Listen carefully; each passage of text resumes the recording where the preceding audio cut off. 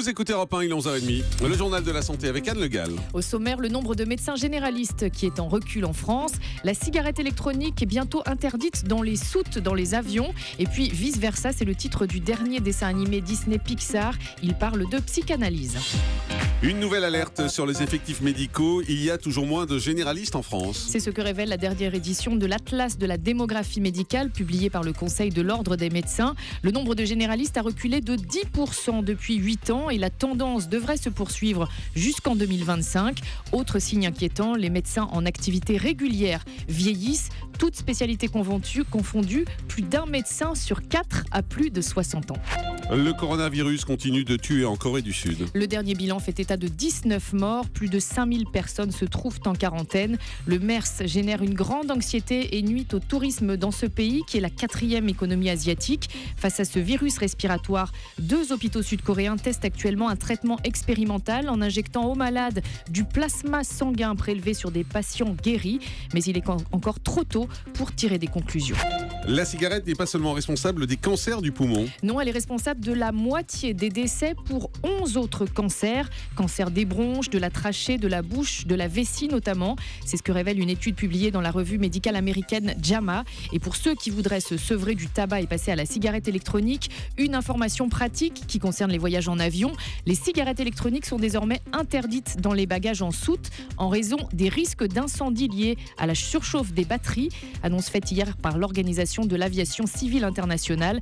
Mais les vapoteuses restent autorisées dans les sacs en cabine. Demain, c'est la sortie d'un nouveau film d'animation des studios Disney Pixar, vice-versa, qui parle de psychanalyse. Oui, ce dessin animé nous emmène dans la tête d'une petite fille, Riley, et les personnages, nous explique Mathieu Charrier, sont des émotions.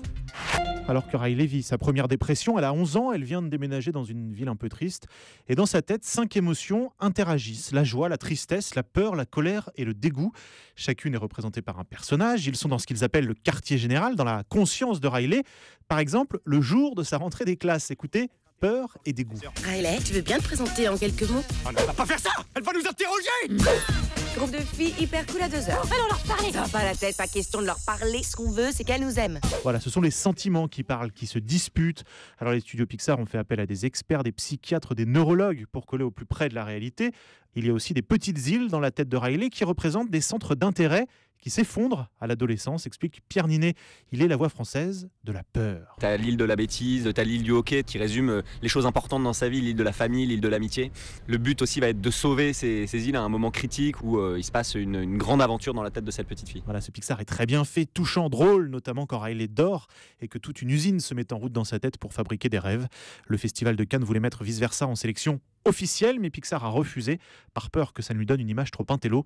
Donc le film a seulement été projeté hors compétition. Un reportage de Mathieu Charrier et nous reparlerons demain de ce film avec le docteur Stéphane Clerget, le pédopsychiatre de l'émission. Le chiffre du jour, c'est 36. 36, c'est le nombre de résidus de pesticides différents que nous avalons chaque jour en moyenne en France. Un chiffre issu du numéro spécial que 60 millions de consommateurs consacrent aux toxiques dans les aliments. Ça s'appelle « Ces aliments qui nous empoisonnent ». Heureusement, moins de 3% des aliments dépassent la limite maximale de résidus de pesticides autorisés. Attention cependant à l'effet d'accumulation. Les fruits et légumes les plus concernés par ces pesticides, ce sont les raisins, pommes, tomates, laitues et pommes de terre. Merci beaucoup. Et je vois Dr Cohen qui fait une drôle de tête. Oui, Désespéré, oui. Ce qui vous désespère, c'est qu'on continue à sortir ces Et études. qu'on continue à sortir ces genres de choses pour effrayer les gens alors qu'on n'a pas de cas d'intoxication en France. Très bien, on aura l'occasion d'en reparler de toute façon. Dans un instant avec le docteur Martine Pérez, on va vous parler des hormones de croissance que s'injectent les stars pour rester jeunes. Il y en a 2 pages cette semaine dans le magazine Public avec une liste de stars qui justement s'injectent ces hormones de croissance. On va en parler dans un instant, restez avec nous, c'est Europe 1.